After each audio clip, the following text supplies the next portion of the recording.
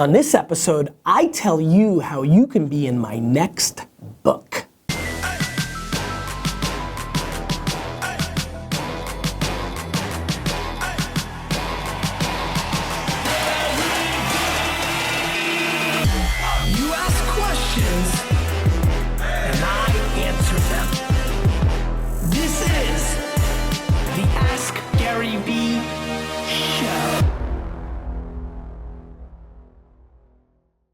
This is Gary Vaynerchuk, and this is episode 124 of the Ask Gary V Show. My stomach hurts. We can start with that, which is a rarity. I feel like I'm a machine, but once in a blue moon it happens. It's once every 124 episodes, you know. Oh God, my stomach is killing me. Maybe this coffee is not gonna help. But really excited. Sorry about yesterday. Was planning on doing the show, but got caught up in a meeting, which I really enjoyed. Yesterday I sat down with all the interns from the summer, and D-Rock, you filmed, right? Show like, I don't know. It's hard because you just love your kids so much. Like, you know, as much as I want to talk shit and be like, I'm not gonna do anything. I'm gonna fucking fly them on private planes, right? Like, and there's a part of me that thinks that I'm subconsciously doing that on purpose so they're not better than me, and it's really dark but I don't even want to get into that shit. That's the dark part of my brain. But the truth is, it's just hard, right? And we really enjoyed it. Ran a little long because I started a little late with them, and so decided to see that through. And so obviously we missed it, but today we are back. Nice and early here, so this should be out very early in the afternoon, you know, right around noon, very, very early, earlier than ever, and so that's it. So India, is this a new shirt for you? I guess. That's very nice. India, let's get into the show. The show. Maybe since you were sick. I think I got, nope, you were wrong again. I'm not sick anymore. I'm rejuvenated by the camera, India. Come on, you should know that by now. Right, from show. Fabian asks, I have a family-owned grocery store. We are starting an online store. Tips on getting up and running? Oh, this is interesting. This is very much deja vu 20 years ago. Yeah, first and foremost, you need to find the right kind of infrastructure, backbone, CMS, tool to really get you guys to launch content management systems, CMS. You know, Magento or Shopify or one of these kind of platforms that can get you up and running in the retail capacity at a low cost. I would also highly, highly think about how you're going to promote within your store to drive people to the .com. I think a lot of people forget about that aspect. Obviously you have to learn how to do, you know, Google search ads, SEM, and you've got to work on search, SEO, and organic. You've got to figure out how to use Facebook ads targeted within a 2-mile radius of your shop, and then a different kind of marketing campaign for the 15-mile radius if you're going into the delivery of it. I think that what you have to really do is, you know, I've given you some tactical stuff off the gate. Here's some more high-level things. First and foremost, you need outrageous levels of patience. It is going to struggle over the first 12 to 24 months because, in general, it's a high friction area, obviously with Instacart and Fresh Direct, and there's plenty of things going on where people are thrilled to order, but a family grocer to become an internet player is a tough haul. And so patience, I think, is going to be an incredibly important part of your success as you go through this journey. I would make sure that every bag that you have at the store has a flyer in it with some sort of creative call to action with a coupon that is online only as kind of a cherry to drive acquisition. I would also try to make sure your POS, point of sale system at the store is tied into the .com so that people can use club cards or you can collect data there and remarket to them on .com environment. Email marketing is going to be an enormously substantial part and backbone of your success. I think a very strong strategy of what to sell on a daily or at worst case every other day basis on your email service is quite important to muster up excitement. And most of all, do not create friction. So make it valuable for people to join your .com environment. Don't force them into it. And so those are some of the top line thoughts. It's nice when you've done it before. Makes some of these answers a little bit easier. Yeah. You gonna start? We started. Oh, my bad. I'll let you do your thing. Thanks, Steve. Ruben asks, Snapchat has been attacked with negative reviews since the update. What are your thoughts on the move? Ruben, I think that if you look at all the moves in the last 5 years by Facebook specifically, but Instagram, Twitter, any platform that is extremely popular, that then has an aggressive move that feels more selly, and I assume we're talking about the discovery above in kind of the first main screen. I don't think people realize that people are always gonna complain, right? Anytime there's change that is in the benefit of the business, right? It's very clear to people at this point that that screen that you're seeing Discover, you didn't want it there, they're forcing me on Discover. These are exactly the things that we saw with Facebook when they did every update. I mean, the news feed was one of the first groups to get 1 million or 10 million, I don't remember the number at the time, but when Facebook switched from, you saw everything and you'd go to people's walls and all those things. I mean, this is constant. I think it's a tremendous move by Snapchat. The discovery consumption has exploded since the move. Have you used more Discover since the move? Yeah. Stefan? That's right there. Sid the intern? You know, my data shows that 100% of people, you know, it's so interesting. I mean, it's a tremendous move by Snapchat. It's making it more native, easier for them to go into that channel. That is the channel that they are going to monetize. And so I think it's a brilliant move. I think you've got to take some of the heat early on. I think every one of those people that have complained have used Snapchat quite a bit, except for 3 rogue hippies, and that's fine, because Snapchat and Facebook and every business doesn't give a crap about that extremism of anti-business, because the numbers don't play themselves out, and I think that they did not go too far, and I think that they've done it just right. I think they've slowly introduced it, you know, first as a swipe over here, now they've moved it up here. I'm blown away. Evan, such a young CEO, and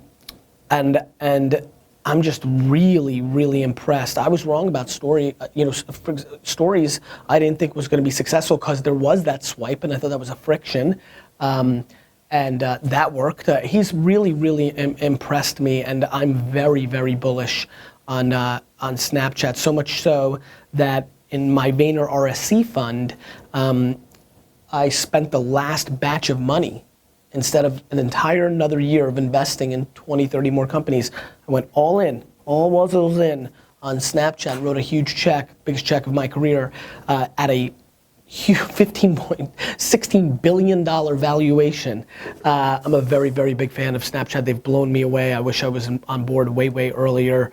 I've been writing about them for a long time and talking about them for a long time. I think that, not that prediction, but that bandwagon is playing out to be true. And so I don't think they went too far. I actually think they played it absolutely perfect. And that's not putting on my investor hat, because one thing a lot of people don't know is I'd much rather be historically correct than make a couple of bucks. And so I don't want to look back at this and be like, I was wrong. Kat asks, how do you continue kicking ass with work while going through serious personal crises? How do you separate yet deal with both? You know, Kat, it's interesting. This is a tough question for me. I'm not so sold I really know it, the answer. One of the things I'm very curious about, and I fancy myself in being very resilient and things of that nature, but I'm very emotional. You know, going through a very, how is it worded? She said a personal crisis. A personal crisis. Serious personal. A serious personal crisis for me could be enough to put me in a position where I would check out from a day-to-day hustle and business standpoint and really go and address that, whether with myself or whatever I had to address. I often think about, knock on wood, the bad things that are conceivable in my life and how quickly everybody around me will realize how little I give a crap about business in those moments. And so, you know, I've been outrageously fortunate or unfortunate, depending on how you want to look at it. I lost two of my grandparents long before I was born. I lost my mom's dad, my grandfather, before he was a couple months before he was coming to America to join us, so I don't remember him.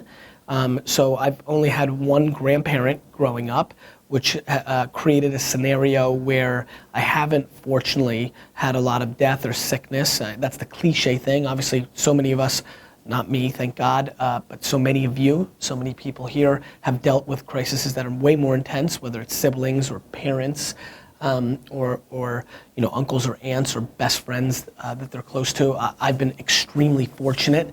I think I'm driven by that gratitude. I think people are confused by the gratitude I talk about. It's not the monies, it's or the amazing audience and admiration I get from thousands. It is far more predicated on the health and well-being of my family and dearest friends. And so, you know, I would say, as somebody who pushes hustle 24/7, 365, that is probably the area where I think, you know, outside of actually having to do it to put food on your table or stay practical, you know, I think that is absolutely the time and place and the permission to step away, regroup, have time for yourself, deal with those issues, and come back fresh. You know, I think that it's a mental game, and it would be insane for me to sit here and impose a strategy without having all the context. So I think it's different for everybody. I know a lot of people that go the reverse and go deep into their work to shut it down. My intuition is I'm not that.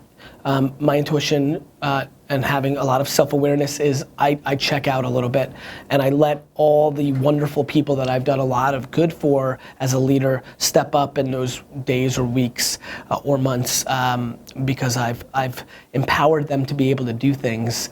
You know, like Steve could sit here and be on the show and eat a couple of almonds, you know, that kind of stuff. Hey Gary, Chalene Johnson here, the author of New York Times bestselling book Push and the creator of Smart Success. I'm here on the set filming a little piece for a fitness infomercial, and they're calling me right now to be mic'd up. I'll be right in a second. Talking to Gary. Gary, I have a question for you about Instagram. Do you know that there's no two-factor authentication on Instagram? How scary is that, right? So you built this like huge following and somebody could hack in so easily. I was recently hacked, and I would love to get your thoughts about cybersecurity and how serious people need to take it, especially those people who are building an online presence or have passive income online, and how legit, how serious the threat of cybersecurity is and what we should do about it. Cybersecurity. We should fight. CJ, thank you so much for the video. You know, it's interesting. And maybe you're just such a positive gal, but my intuition based on the tone of that video is you got your account back. And so this is my thought on cybersecurity and privacy and the same old thing, which is, you know, the reason nobody cares about privacy anymore is, in my opinion, and I know a lot of you said, what? I care a lot about privacy. You don't, because your actions prove otherwise. Meaning, the two things we care about in this world are money and the health and well-being of our family. Family and money. Like those are two, we care about other things, but those are two up there. Show me your top 5 list, they matter. And both of those things in the privacy security world, my kid's gonna get kidnapped, or somebody's gonna steal my money from my bank or my ATM or all these things. Two things. One, kidnapping is way down because everybody's a media company and everybody's recording, and it's just hard to grab kids at the mall, right? Number two, when you look at money, everybody gets their money back. I think what happened, and I'm going on intuition, and please jump in and tell me if I'm wrong here, but I think you got your account back because you emailed Facebook or Instagram and they're like, cool. And so I think it's concerning. You could have a day or a week of a real problem, but I think there's a couple of, and I'm worried that people are watching and think there's a naivete here, but it speaks to an optimism that I really believe in. I don't think we've quantified how little cyber issues there actually are. And there's a ton. There's unlimited. Put in cybersecurity, cyber hacks, put them into Google News alerts, and your inbox will be pounded. Every day this is happening. On the flip side, think about what's actually happening. And it's really interesting. We've almost become immune to them, right? Target got hacked, right? which was a huge amount of people, you know, almost everybody at this point has been hacked. And what's interesting is what then happens. So once you get over the hacking or the issue at hand, you ask yourself, what was the ramifications of that?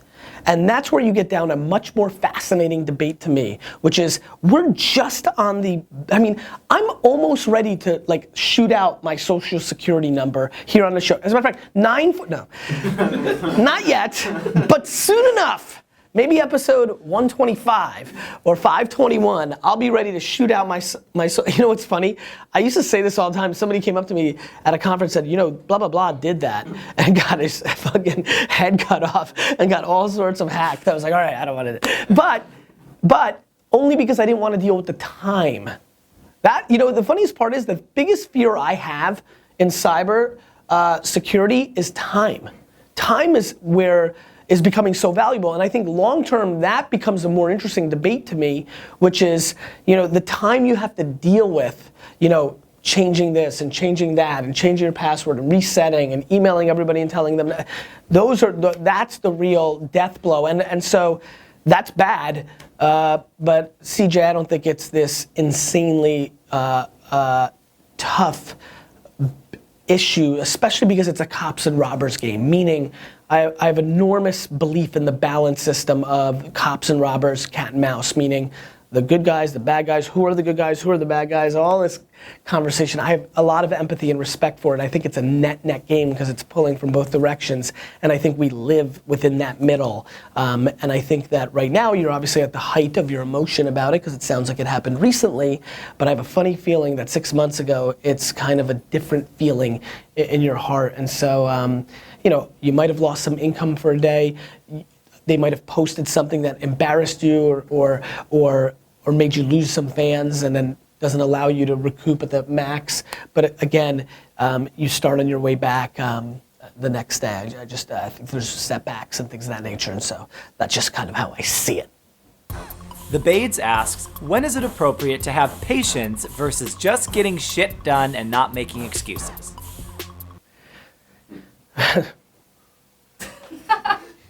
You have that problem, D-Rock? Yep. Yeah.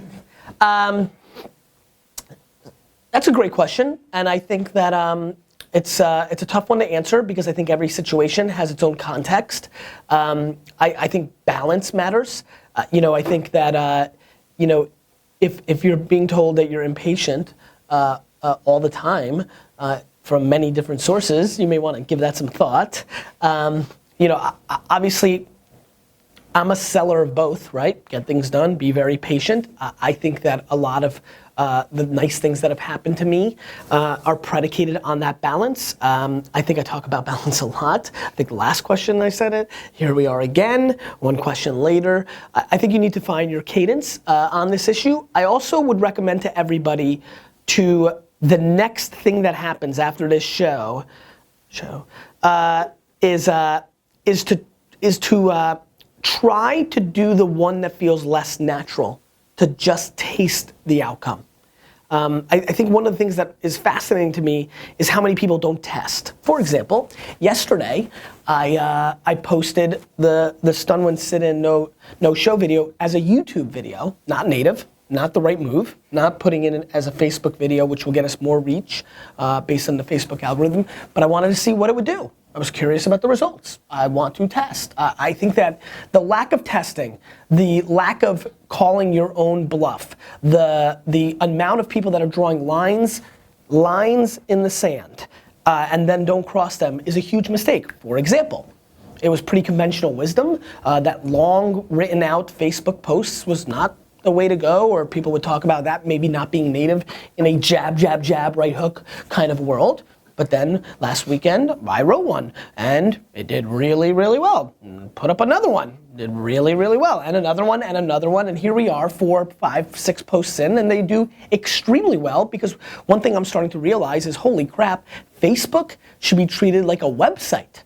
your post should be long, shopping should be done that way. Like, wait a minute, this is really just the attention, and we are kind of evolving, and it's evolving. And so I'm fascinated. And by the way, the YouTube video got solid reach. Like, it wasn't so remarkably lower than a native one. It was, though, and I think, you just never always know, but by average. But it's fascinating, and I try things all the time. And I think, you know, the answer to your question is the next 5 things that are cliche things where you get told that you're impatient, 2 times try to be patient. Taste it, learn, taste it, learn, taste it, learn. These are the things that people don't do enough of. It's kind of like, you know, it's so interesting. So first, give me a bottle of wine, Stefan. This kind of makes me think of like the wine world. I always talk about, you know, like, you know, the biggest problem in the wine world is you find a type of wine, you're like, oh, I love rosé, and you drink it forever and never try all these other great wines. I think the same thing happens in business. You find your move, right? Like, I'm good at email marketing, I'm good at SEM, I'm good at Facebook, I'm good at Instagram, I'm a good salesman, I make nice videos, and you never try the other things. When's the last time you created an infographic? As a matter of fact, we need to create an infographic. India, make some notes. We need an infographic ASAP, Sid the intern, because we need to keep pushing the boundaries as well. I need to eat my own dog food, take my own advice. We have to do these things. That is the key in life, let alone business. And so I level up my excitement on this question because it's important and because I feel like so many people don't do it. So try things, because then you can answer for yourself when's the right time for patience and when's the right time to move fast, right? I made a massively senior hire 2 days ago. It'd be great for VaynerMedia. Lately, I've been almost saying Wine Library when VaynerMedia. It's the second time I've done that in like 2 or 3 episodes. I made a very senior hire for VaynerMedia, and in the meeting with, you know, the CFO, the CIO, and AJ, and I was like, oh, you're moving fast. And other things, you know, like I'm being very patient on. There's just always a mix, and so mix it up. Let's keep going, India. Okay. This is a rare occasion where I have something, but I want to do it more. I want to do another question. I know I threw you for a loop here. I know you're probably going through some incredible India-like database. Yeah. Huge database. Let's call it the hashtag. let me go to Twitter and check the hashtag. What's this one? Gary Vee. Lucky asks, what do you do in your free time?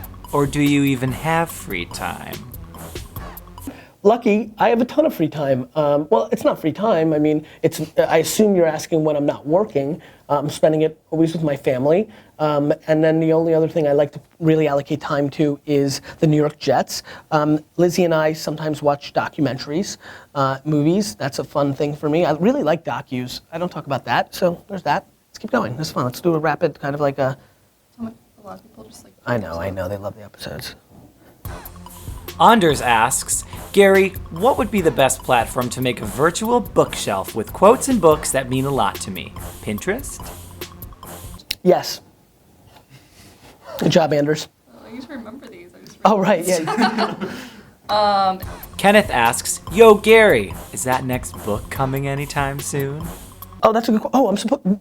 Oh, the book announcement. Yeah. See, You said Sid, it wouldn't come next. see, this is what's so incredible about life. This is good. This is good. You love this, right? You need to write a Medium post about this, actually, and stop spilling coffee on yourself. Let's talk about this. This is the first time in 124 episodes that I'm like, no, let's keep going. Mm-hmm. I think we've done some, maybe there was one other thing, but no, this is really the first time, like I'm like, flat out, no, let's just keep going. Definitely the first time we're going improv. And we are supposed to announce something very special, and now we're going to. The new book is coming soon. Who asked that question? It was Kenneth. Kenneth, thank you for saving the show. We have a new book coming. A lot of you know this. Kenneth didn't. It's coming out in March. It's called Ask Gary Vee, the book. And I'm trying to position it. I'm trying to create the subtitle in a point of like the modern MBA or like the holistic view of being a business, like business 2016 and be like the way to attack. Like I got to come up with the subtitle, but I want to give it. I'm worried that it being called Ask Gary Vee makes it very narrow, and you're at the bookstore and you've never heard of me, and you're like, I don't know, you know. So I got to give it a strong subtitle of like a 360. As a matter of fact, anybody want, question of the day? What should the subtitle be of the Ask Gary Vee book? I like that. Somebody's about to really get pumped. Here's another way for you to be a part of the book. It's going to be 497, answers, and this was the original subtitle, like 497 answers on how to be great at, blah, blah, blah. Remember it was super long? Zach made an incredible cover. I'm not gonna link it up yet because I'm not sure it's that, but, and then it's like, and 80 never before answered questions, which you and I and my ghostwriter Steph Land are gonna be attacking very shortly. I have a feeling some of you want to be one of those never before asked questions and answers. So we're doing a competition. Oh, I get to make up the email address.